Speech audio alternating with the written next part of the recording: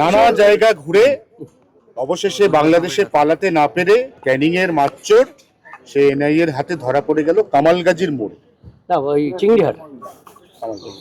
দেখুন এ তো সবে শুরু হয়েছে, তো আপনি গুনতে থাকুন না, ঠক বাঁচতে গাঁও উজাড় হয়ে যাবে। 1-1.5 লোককে ইমিডিয়েট অ্যারেস্ট করা উচিত, যারা অত্যন্ত অপরাধী, অত্যাচারী, লুটেরা। মানুষের প্রচণ্ড ক্ষোভ আছে এদের বিরুদ্ধে, আর এই জন্য ওদের অ্যারেস্ট করা দরকার আছে।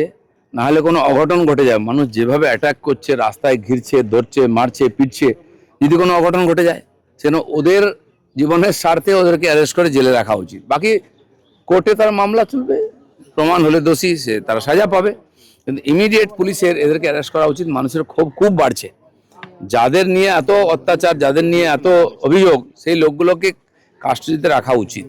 সোশ্যাল মিডিয়া ইনফ্লুয়েন্সাররা বলছে প্রতিদিন এত অ্যারেস্ট হচ্ছে, তারা বিভ্রান্ত হয়ে পড়ছে, পোস্ট করতে পারছে না সময়। হ্যাঁ, এটা ঠিকই, সমস্যা আছে, আপনাদেরও সমস্যা।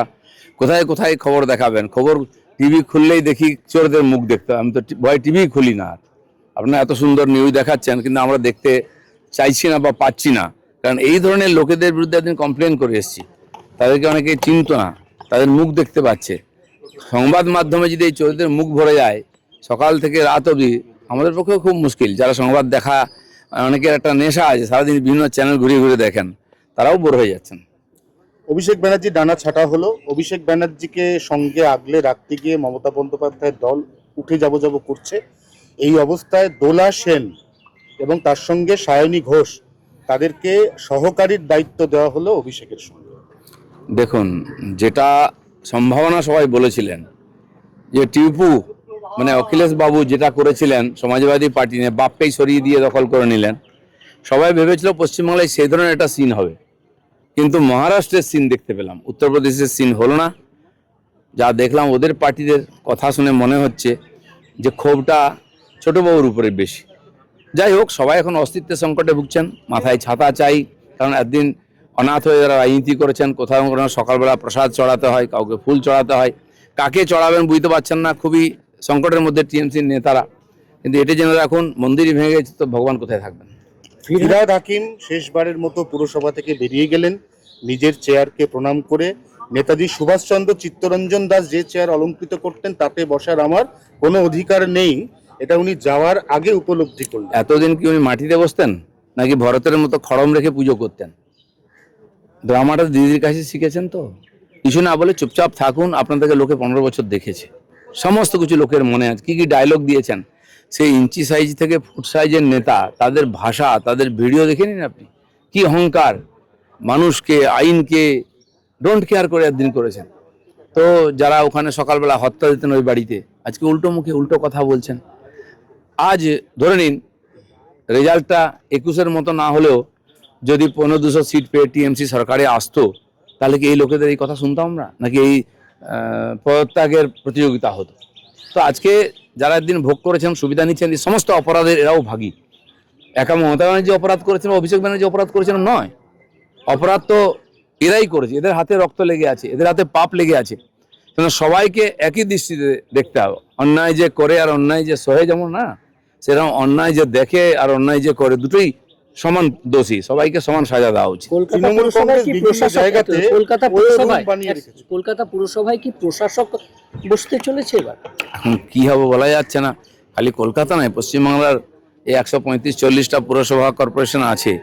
দেখুন, হাওড়ার মতো পুরসভায় 8 বছর নির্বাচন নেই, দুর্গাপুরের কর্পোরেশনে এরকম 5-6 বছর নির্বাচন নেই। কি সরকার চলছিল এতদিন? এদের তো আগে যাওয়া উচিত ছিল, মানুষ শেষ পর্যন্ত সহ্য করতে না পেরে পাঠিয়েছেন। সেজন্য আমার যেটা মনে হচ্ছে সবই পরিষ্কার হবে, আগামী নভেম্বরের দিকে হয়তো সমস্ত পুরসভার নির্বাচনও হতে পারে। ক্লাবে ক্লাবে বিভিন্ন জায়গায়, কলেজের ভেতরে তৃণমূল কংগ্রেসের নেতারা দারুণ দারুণ ঘর বানিয়েছেন, এসি ঘর, নরম বিছানা, দামি বাথরুম।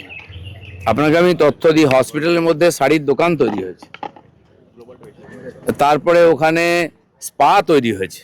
এই যে কালচারটা, পয়সা লুটো, খাও, ফুর্তি করো, ক্লাবের ভিতর থেকে টাকা, ইউনিয়ন রুম থেকে কাঁড়ি কাঁড়ি টাকা পাওয়া যাচ্ছে, মদের বোতল পাওয়া যাচ্ছে ক্লাবের ভিতর থেকে, পাবলিককে উদ্ধার করছে। যে জানে পুলিশ কিন্তু এখনো হাত লাগাচ্ছে না। কিসের প্রভু ভক্তি জানি না, প্রভুর বিদায় হয়ে গেছে, ভক্তি যায়নি। পুলিশকে আরো সক্রিয় হতে হবে, নাহলে পুলিশকেও লোকে একই দৃষ্টিতে থাকবে, তাদের সঙ্গেও একই রকম ব্যবহার করতে পারে লোকে। জয়প্রকাশ মজুমদার পুলিশের গাড়ি থেকে নামতে চাইছেন না, পুলিশ বোঝাচ্ছে আপনি দাদা নামুন, আপনাকে কোর্টে নিয়ে যাব। জয়প্রকাশ বলছে নামলি তো ডিম মারবে, আমি নামবো না। হাত জোর করে পুলিশকে বলছে আমার নামাবেন না, নামালে ডিম মারবে। হ্যাঁ, টিএমসির নেতারা এখন কাঁচা ডিম খাচ্ছেন, সেদ্ধ করারও সময় নেই। এই ধরনের লোকেরা কি ধরনের স্টেটমেন্ট দিত আপনারা দেখেন। মানুষকে এত বোকা ভাবেন এরা, যে হচ্ছে যা ইচ্ছা করবো উপর দিয়ে মারিয়ে চলে যাব, দিনের পর দিন মানুষ কিছু করবে না। ভারতের গণতন্ত্র আর ভারতের জনগণ কত সজাগ সেটা মানুষ দেখিয়ে দিয়েছে। বাকি যাদের যেখানে যাওয়ার নিশ্চয়ই যাবে, সেটা আইন নিয়ে যাবে। দাদা 1 মাস হয়ে গেল, এখনো মন্ত্রিসভা হয়েছে, কিন্তু দায়িত্ব বন্টন কবে হবে? সবাই 1 মাস কোথায় হলো? প্রথম শপথ নিয়ে আমরা 9 তারিখ, তারপরে চলছে। সরকার তো কাজ করছে, মন্ত্রিসভা হলে কি 43 জন হবে, কি 33 জন হবে, কি কতজন হবে সেটা তো নির্ভর করছে।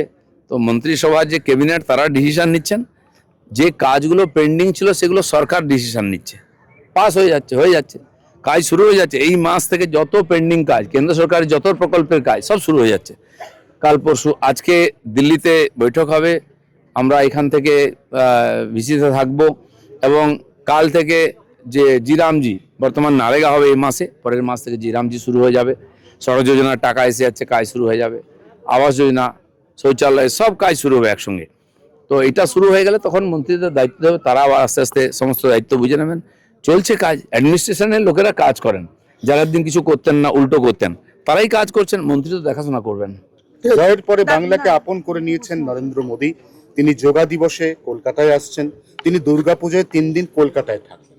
সে 19 সাল থেকে মাননীয় প্রধানমন্ত্রী, বর্তমান হোম মিনিস্টার, তখন প্রেসিডেন্ট ছিলেন, যেভাবে বাংলার জন্য সময় দিয়েছেন, চেষ্টা করেছেন, এবং যথারীতি ফান্ডও দিয়ে গেছেন যে বাংলার লোকে কষ্ট না হোক।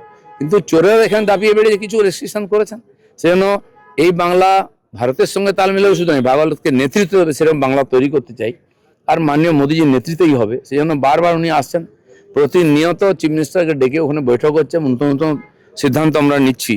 যেন প্রধানমন্ত্রী নিজে এসে এখানে বাংলার মানুষকে আশ্বস্ত করতে চান, যেটা উনি বলেছিলেন ভোটের আগে, যে একবার 5 বছরের জন্য বাংলাকে আমাদের হাতে তুলে দিন, আমরা বাংলাকে নতুন করে গড়ে দেবো, স্বপ্নের বাংলা বানিয়ে দেবো। সেটা হচ্ছে কিনা নিজে দেখতে আসছে।